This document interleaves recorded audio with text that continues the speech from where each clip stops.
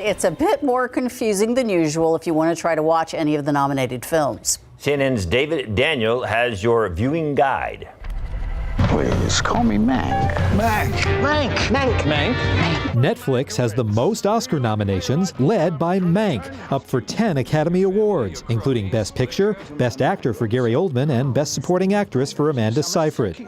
Other Oscar contenders you'll find on Netflix include Best Picture nominee The Trial of the Chicago 7, Ma Rainey's Black Bottom with Viola Davis up for Best Actress and Chadwick Boseman up for Best Actor, Pieces of a Woman with Best Actress nominee Vanessa Kirby, and Hillbilly Elegy with Best Supporting Actress nominee Glenn Close. I can't hear you. Do you understand me? I can't. I'm deaf.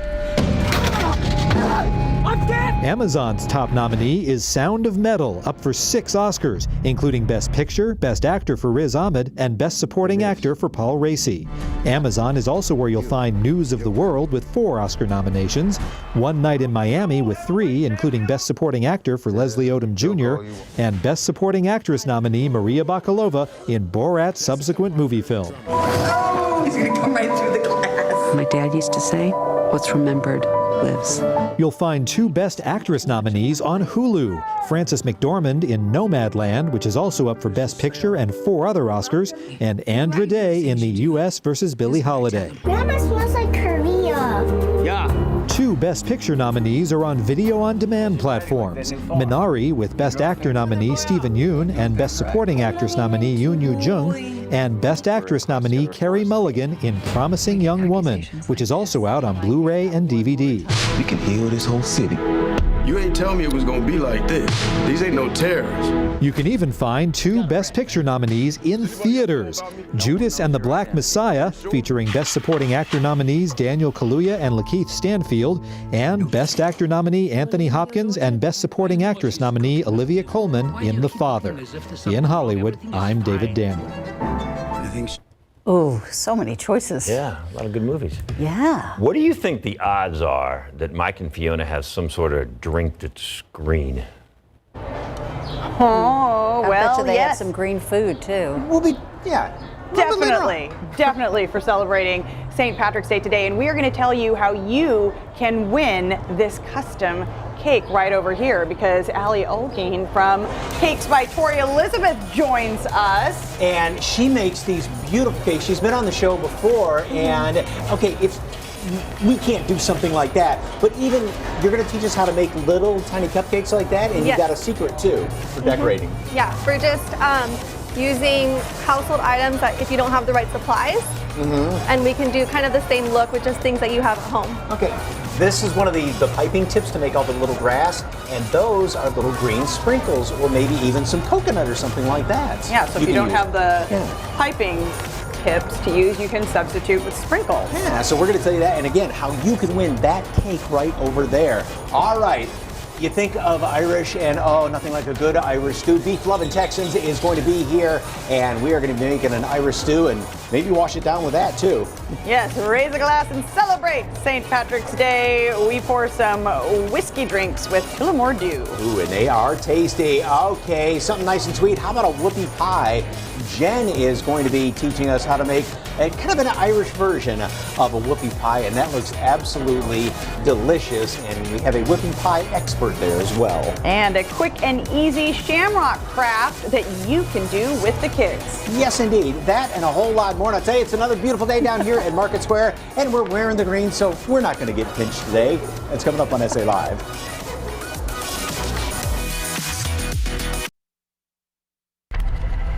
If you're an artist and you want to have the unique opportunity to show off your art, here's your chance. The San Antonio River Authority is calling for Bexar County artists to create, or at least apply to create, a mural for one of the sections of the San Pedro Creek Culture Park. Right now on KSAT.com, you can find all the requirements and the deadline to apply. Just click on the local news tab. And we just jumped up to 78. We should be in the low 80s this afternoon. The big story is the wind, gusty winds, dry air, still red flag warning in effect. San Antonio points off to the west. 74 tomorrow after starting off at 45, and we'll see mornings in the 40s all the way through Sunday with some nice afternoons, guys. Looks gorgeous. Thank you so much, Justin. And thank you for watching the news at noon.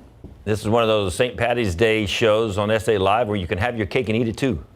Or your cupcake. Or your cupcake. And then you wash it down. And it'll all start right now. Celebrate San Antonio. Coming to you live from historic Market Square. This is SA Live.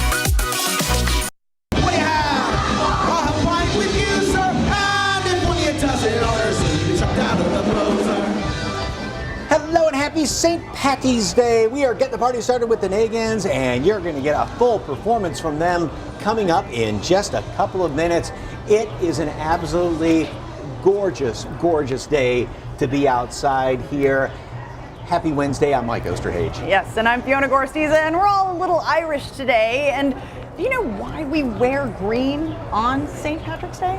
So you don't get pinched? Well, that is one of them. But you're going to find out the reason a little later on in the show. I did not know why that. you wear green. Okay, well, you're all dressed up. She posted some gorgeous pictures of her adorable little child wearing green. So we want to see all your pictures wearing green today. Is it green glasses? Perhaps a green hat? A green necklace? Or all three. or all of the above. Share those pictures on Facebook and Twitter at SA Live KSAT, and we hope to show a few of those a little later on in the show. How about something green? How about something sweet? How about something beautiful and delicious? We are going to tell you how you can win that cake coming up. It's a custom cake coming up a little bit later on in the show. You're going to be picking up this afternoon. And Allie Olgin, owner of Cakes by Tori Elizabeth, is here to tell us about her giveaway and show us all how to bring the Irish spirit into our kitchens today. Hey there. Hi, how are y'all? First of all, that thing is just amazing looking. Thank you. How long did that take you to make? Start to finish, right around 8 hours, I think. Wow. Oh. And the whole thing, you know, I mean, not just the cake right there, but everything, the whole setup. I know. Right? Yeah, the whole thing is completely edible too. Everything you see. Wow, that's amazing. Okay, on a much, much smaller scale, these little cupcakes, you're going to teach us how to do that, right? Yes. Okay, so the first one we're going to do is the rainbow. So go ahead and take the green piping bag, and there's a 233 Wilton grass tip. And go ahead and just start piping little grass. So put pressure when you're near the cupcake and release pressure as you're pulling away. Oh, you got to make it stick first. Yeah, okay. and then just... Okay. Hold on. If you want to twist the bag, oh no. So it doesn't wind up in you. Yeah, if you want to twist the bag and then just go. If you don't have this tip, you can still do the same thing using sprinkles. If you just get green buttercream and roughly spread it on top, and then just pour your sprinkles on a plate and turn the cupcake around and dip it. Or you can even use like coconut, just use food coloring and color it green, and then same thing to get the same look and the same effect. Okay. Yeah, I think I would be using sprinkles. It's very satisfying though when it looks and it's like, oh look, it looks like grass. Look at you. That's great. Okay, that is so gorgeous. And you may remember Allie from about a year ago, and she made a leap year cake. This thing was 4 tiers, 5 tiers? 4 tiers, yes. And it has a 3D frog in the middle holding the top 2 tiers up. That was absolutely just incredible to look at. And how long did it take to make something like that? Oh, 2 days, maybe 3 days. It was a long process. Yeah. And if people dream it up, you could make it. Yes, I can pretty much do anything. You said you just made one of a Iron Man recently, yes, right? last weekend for one of my friends' groom cake, I did a 3D Iron Man torso and head. It was really, really amazing, really intense and really hard, but it looked good. And you do something really special for kids battling serious illness, right? Yes, so I started doing this thing for kids who are dealing with illness and are in and out of hospitals and stuff like that. I make birthday cakes for them, completely free, and they don't have to worry about a thing. And just to put a smile to their face and just maybe for 1 minute have them focus on something that, you know, that they're not actually dealing with. They can focus on something else. Yeah. What got you started doing that? What was that? What got you started doing that? Oh, I've just always had a heart for kids, and I always wanted to use my talent for something more than just my self-benefit. So I thought that that would be a really great way to do that and, you know, benefit someone else, not just myself. So if anyone knows a child who is going through that, please message me on Instagram or on Facebook, and then we can set something up for that child.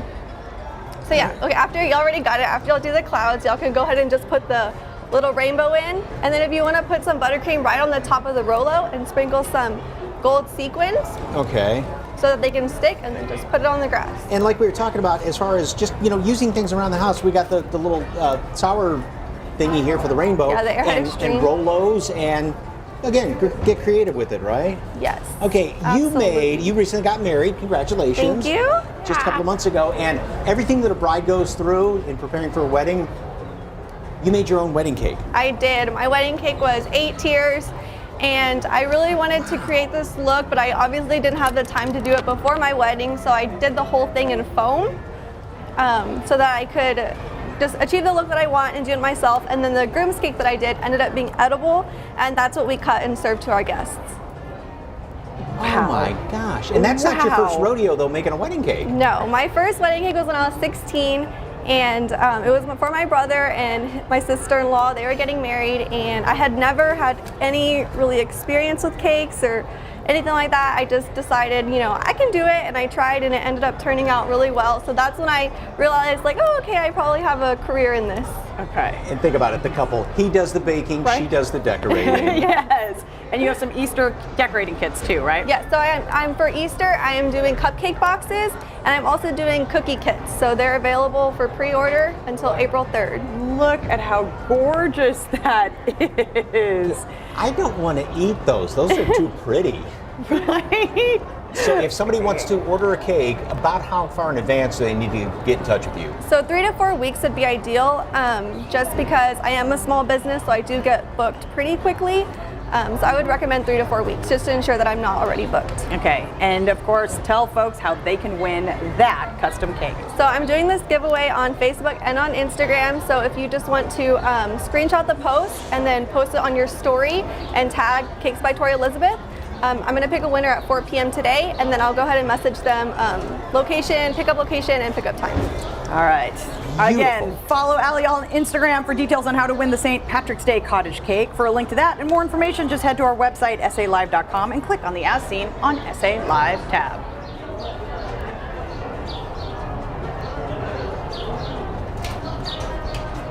Well, after all those tasty Irish treats, you need something to wash it down. And we're not talking about just green beer. We need something extra special. How about an Irish coffee, which would be very yummy? I say yes, please. And Jillian Murphy, brand ambassador for Tullamore Dew, joins us with some must-have drink recipes on St. Patrick's Day. Hey there. Hey guys, how are you doing?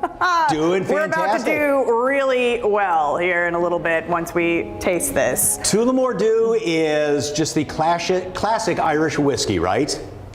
Correct. It is the original triple blended Irish whiskey, a blend of all 3 styles of Irish whiskey: grain for sweetness, malt for fruitiness, and pot still whiskey for the iconic Irish whiskey spice. So it truly is the perfect whiskey to enjoy with St. Patrick's Day, and to make some great cocktails too. All right, what are we making first? Irish coffee? Love it. Yeah, so we're going to do a hot cocktail today and an icy cold cocktail. So there's something here for everyone. So we start with the Irish coffee. So the first step is we're going to put in 2 cubes of brown demerara sugar into our Irish coffee glass. Okay. Now, I've had this glass heating for a little bit, and that's very important when you're making an Irish coffee. You want your drink to be piping hot by the time it gets to the table. So once we put those 2 spoons in, we're then going to put about 6 parts of coffee in there, or about 3/4 of the way up, because we want to leave some space for the whiskey and, of course, the cream. So next up is, of course, the Tullamore Dew. I'm going to put about 2 parts of Tullamore Dew in there. And then once the whiskey's in, we are going to give it a swirl and make sure that the sugar, whiskey, and coffee are all blended together nicely. So stick your spoon in, give it a swirl. And an important thing which is happening here too is we are starting to heat our spoon, which is going to help the cream sit on top. And I'll show you why. So I've got some cream which has been whipping up here a little bit, so it's about pouring consistency. And my spoon, which is nice and hot, is going to go on the side of the glass. And then I'm going to pour my cream over the hot spoon, and hopefully it should sit on top. Look at that. It did so, and if you want to ensure that it just stays, just give it a whip or 2 beforehand, and it will ensure that it kind of floats nicely. But that looks great. And it all depends on how it tastes, and that's what really counts, right?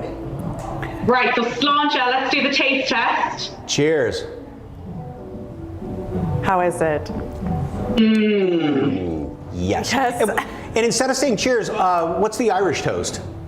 So we say sláinte, which just means cheers in the Irish language. Alrighty, so I have a shaker here, which is going to go into the hand blender. So we're going to whiz this one up. And if you don't have a shaker like that, you can just shake it by hand. So we're going to start with putting 1 ounce of menta branca in there. And I know you guys had a hard time finding the menta branca, so you can use creme de menthe.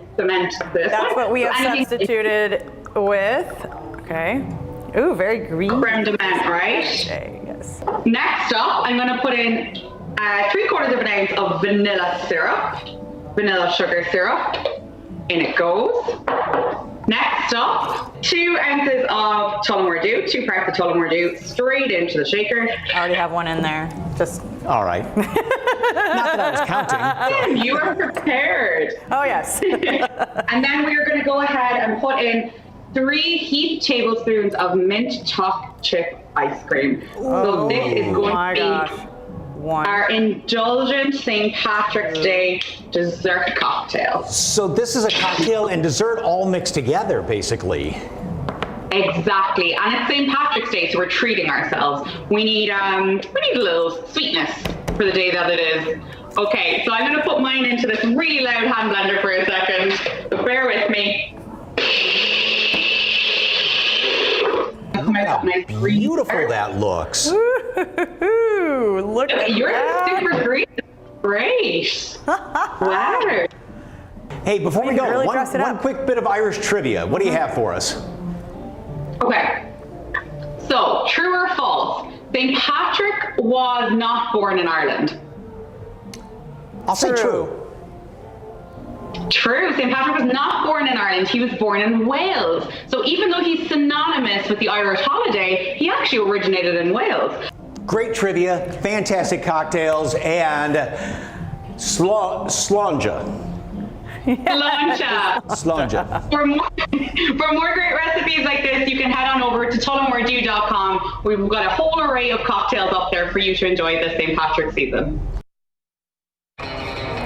Still ahead on SA Live. Well, he's got 1 million followers on Instagram and even made Reese Witherspoon's birthday cake. Today, he's teaching Jen and you how to make melt-in-your-mouth whoopie pies with an Irish twist.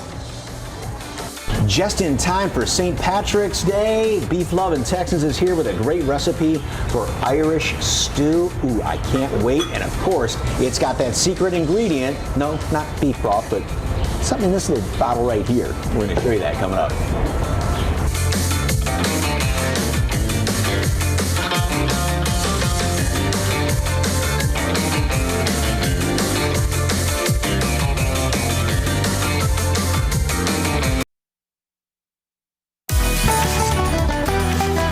Welcome back to SA Live. It is St. Patrick's Day, and that is a classic Irish stew.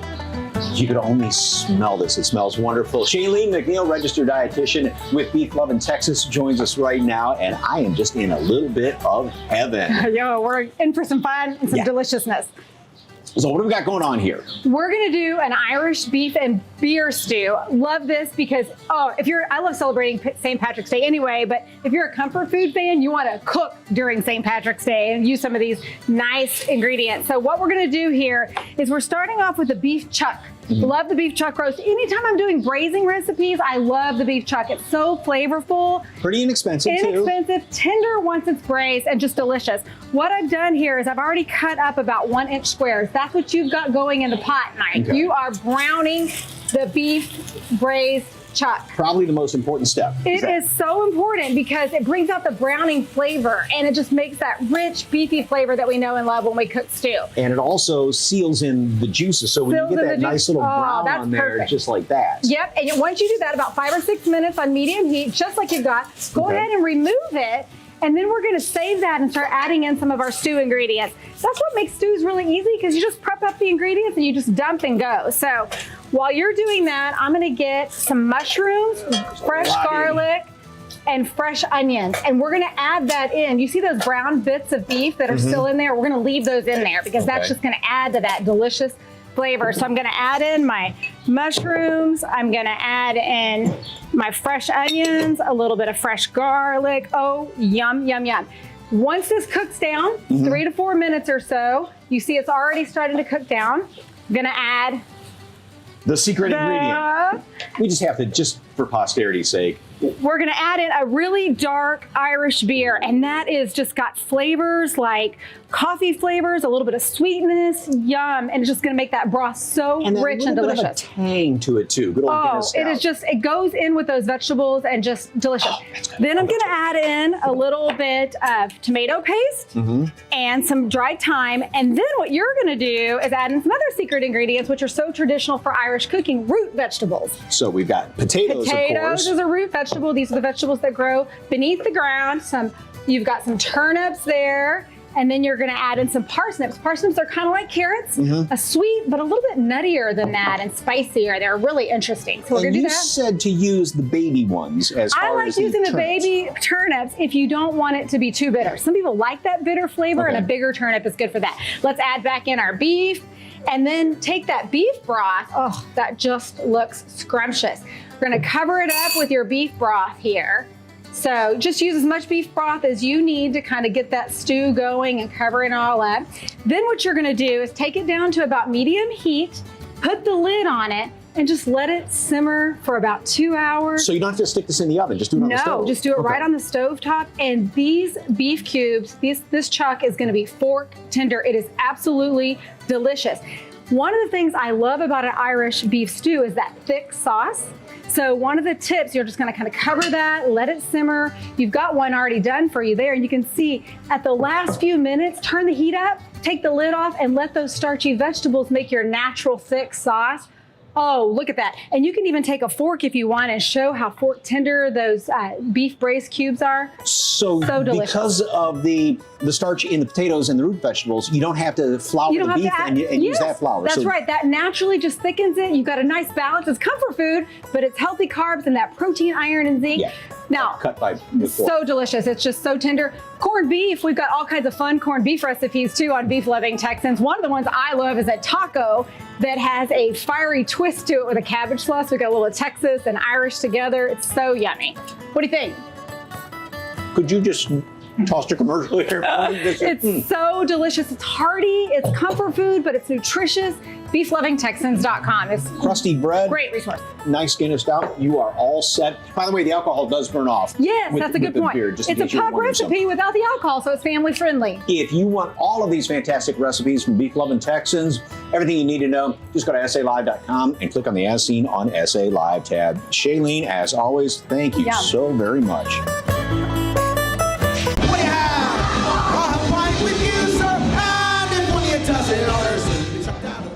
Still ahead on SA Live, it's sung throughout pubs in Ireland. Learn this traditional Irish folk song that's getting a modern update from the San Antonio Band. And next, his sweets have been featured on The View and Good Morning America. Now this social media star is teaching Jen and you how to make delicious Irish whoopie pies. It's straight ahead.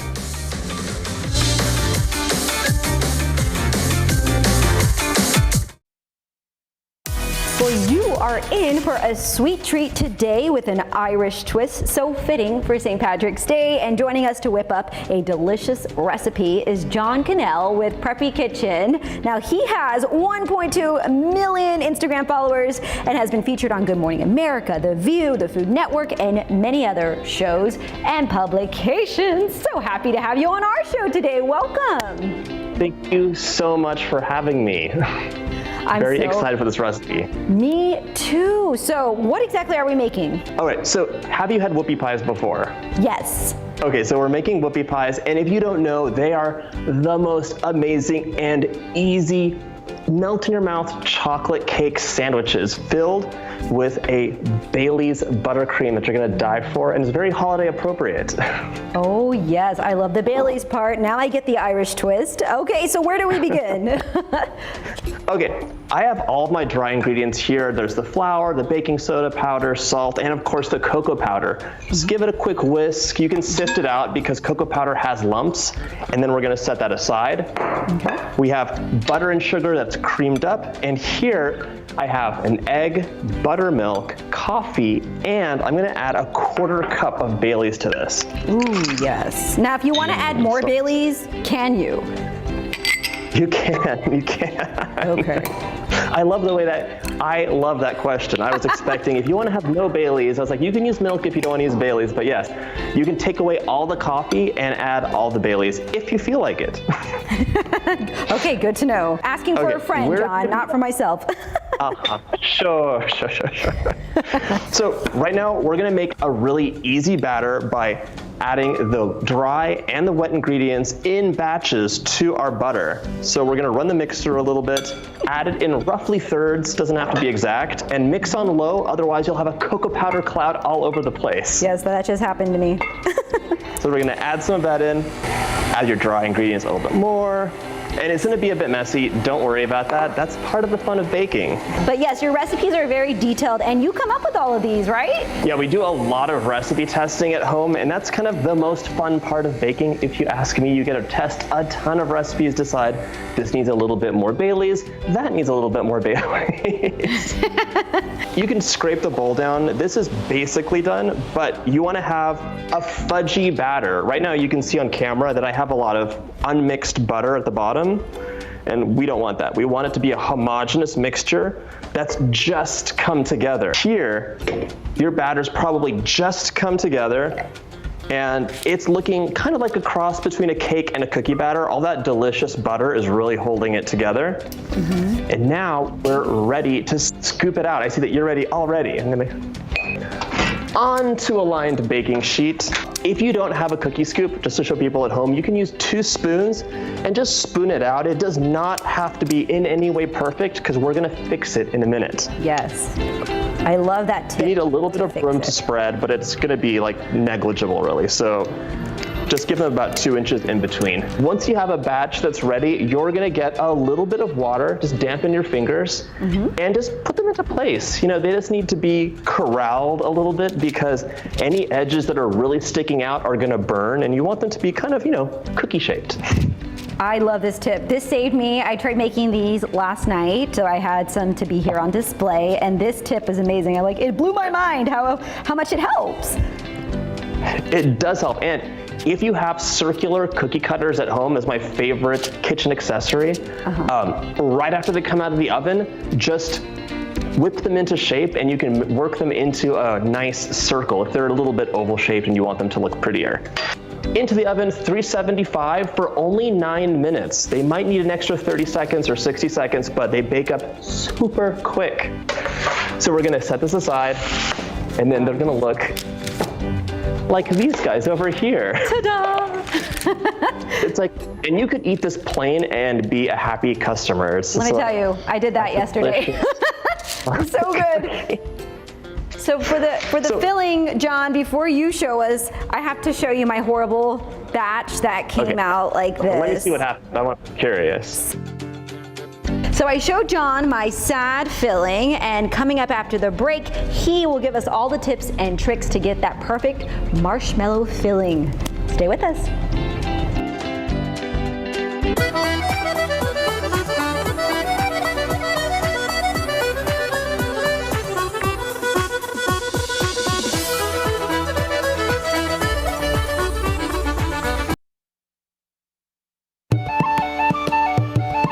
Welcome back to SA Live. We are finishing off our Irish whoopie pies, and John Cannell with Preppy Kitchen. We are finishing off now with the filling because I showed you this really sad one, but you have a gorgeous one in front of you.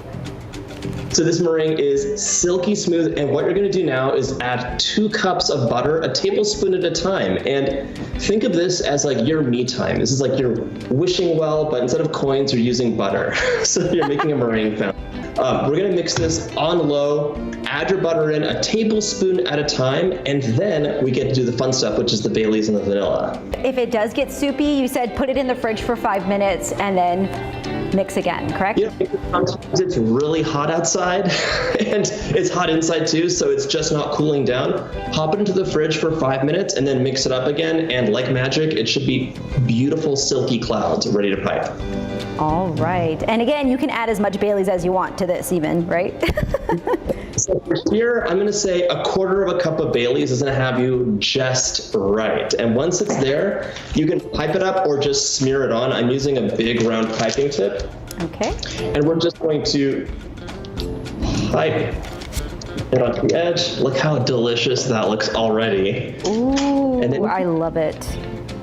That is a whoopie pie. And if you wanted to go extra Bailey's, like if you love that flavor and it's St. Patrick's Day, you could make a really simple drizzle with powdered sugar, some Bailey's, or even Jameson if you want to go for it, and then just drizzle that over, and it really gives you a lot of the flavor.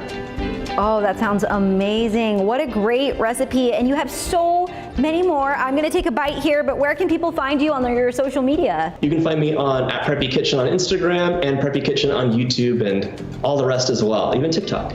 This is so good. Delicious. Thank you so much, John. Happy St. Patrick's Day. It's been great learning from you. And we have this recipe on SALive.com. Just click the As Seen on SA Live tab.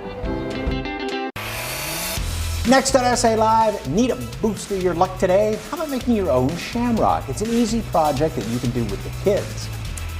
And let's kick this party up a notch. Grab a pint and sing along with local band The Naggids. They're performing Waxy Startle, a fun little ditty you can hear in pubs all over Ireland.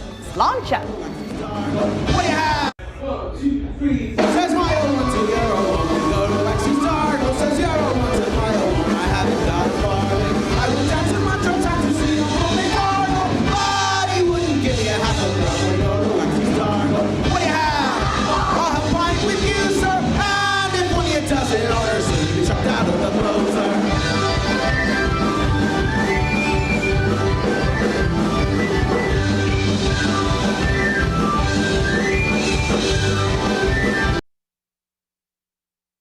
Well, if you'd like a little craft, something to add that little touch of Irish, Jen Nicolella from Abby's Attic is here with this great little thing that the kids can do. You don't have to know how to sew, but this is good practice. Absolutely. And just something fun that doesn't involve any sort of electronic devices, Yeah, right? it's And you can super see easy. that beautiful pin she made out of felt right there. Two different shades of green, or just one, right? Or one, yeah, whatever you'd like. So this is just to make sure you don't get pinched on St. Patrick's Day, because you got to wear your green. So all you need is some felt, green felt, cut into heart shapes. You'll need 4 of them. If you want it layered like this, you'll need a contrasting green and a smaller heart shape. Okay, and you can just go to any craft store or whatever and buy some felt, right? Yeah, it's just- fairly inexpensive. It's super cheap, yeah, Okay. just a little square. And then you can even just draw your own heart shapes. So you're going to draw or cut out the heart shapes, but then you're going to cut off about 1 inch of the tip of the heart, or the point. On both the big ones and the little ones. That's right. Mike is going to demonstrate how to hot glue these, because we know that, you know, some people are not fond of sewing, and that's cool.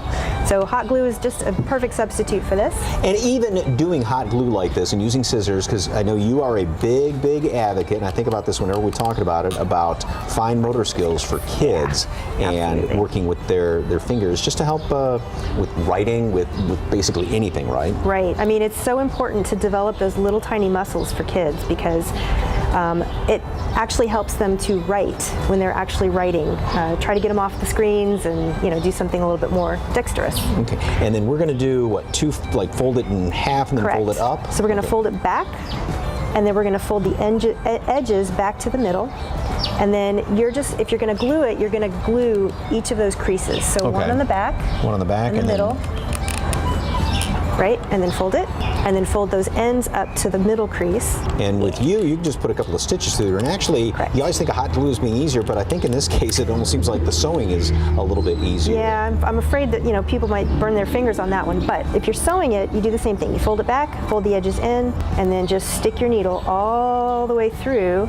Make sure you have a knot at the end. That's what it's going to look like until you pull it taut. So once you pull it taut, it's going to kind of pucker up, and then you'll have 4 of these sewn together to make your shamrock. shamrock. And then I can just glue these together as I go along, yes. right? And it's nice little fun projects like this, or very, very practical things.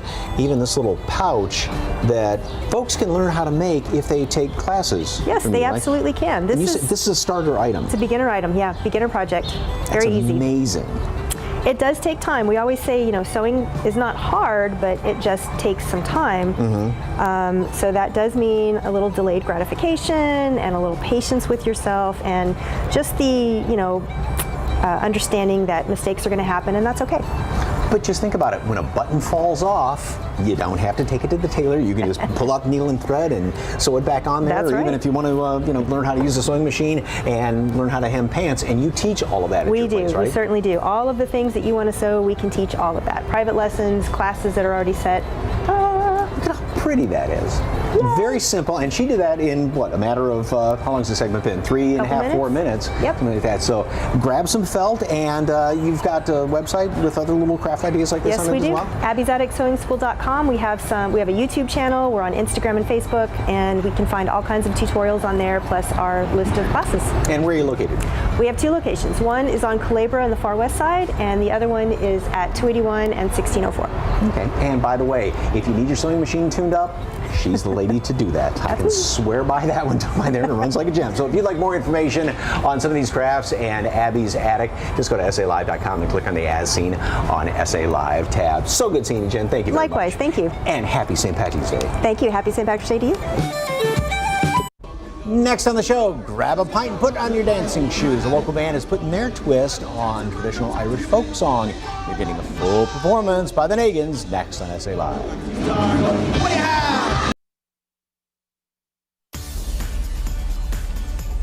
Welcome back to SA Live. Well, today is the 5th anniversary of the Nagans. Anthony, Melinda, Shane, Craig, James, Chuck, and Roberto playing together. They perform traditional Irish music with a rock edge. And stay with me here, they are devoted to bringing, it's pronounced crack, which is the Irish ideal of fun and enjoyment wherever they go. Here's the Nagans performing the Irish Rover. It's a folk song about the unfortunate end to a magnificent and probably embellished Irish sailing ship.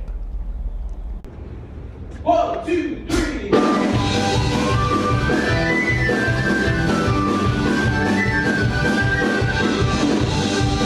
On the 4th of July, 1806, we set sail from the sweet Cove of Cork. We were sailing away with the cargo bricks for the Grand City Hall in New York.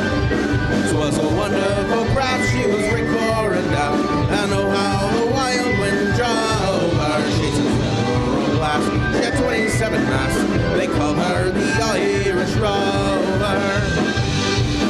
We had 1 million bags of the best like rags. We had 2 million barrels of stone. We had 3 million sides of old blind horses' hides. We had 4 million barrels of bone.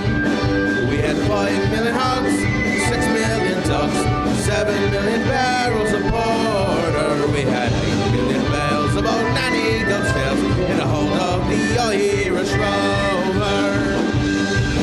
There was old Mickey Coot who played hard on his flute, with the ladies lined up for a set. He was tooting with skill for a sparkling quadrille, but the dancers were flustered and bad. With his smart witty talk, he was cock of the walk. He rode the dames on and over. They all at a glance when he took up his stance that he sailed in the Irish Rover.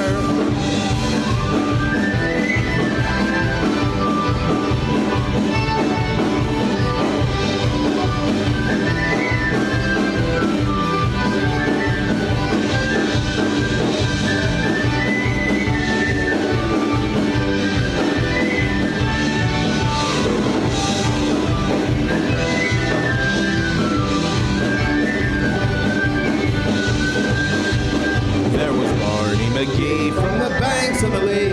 There was Hogan from County Tyrone. There was Johnny McGurk, who was scared stiff of work, and a rogue from Westmeath called Malone. There was Slugger O'Toole, who was drunk as a rule, fighting Bill Tracy from Dover. And it began from the banks of the band was the skipper of the Irish Rover.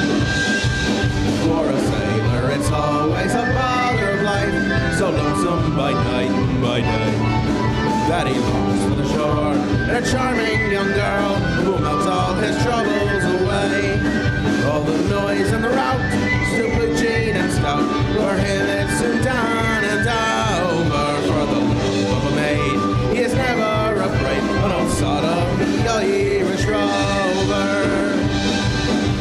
We had sailed 7 years when the measles broke out, and our ship lost its way in a fog. And the whale of a crew was reduced down to 2, it's myself and the captain's old dog. Then the ship struck a rock. Oh Lord, what a shock. The boat, it tipped right over. Due to the pandemic, the Naggins don't have any upcoming live performance, but you can keep up with them on Facebook and Instagram. They hope to get back on stage, of course, very soon. For more information on the Naggins, go to SALive.com and click on the As Seen on SA Live tab. All right, tomorrow on the show, Jen is reaching for the top. Let's hope she doesn't hit rock bottom as she checks out a local climbing gym with over 5,000 square feet of bouldering terrain.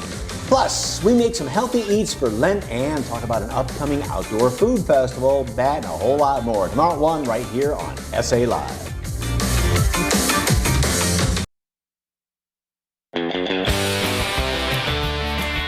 Of course, it is St. Patty's Day. Everybody's wearing the green. Happy St. Patty's Day from Adriana.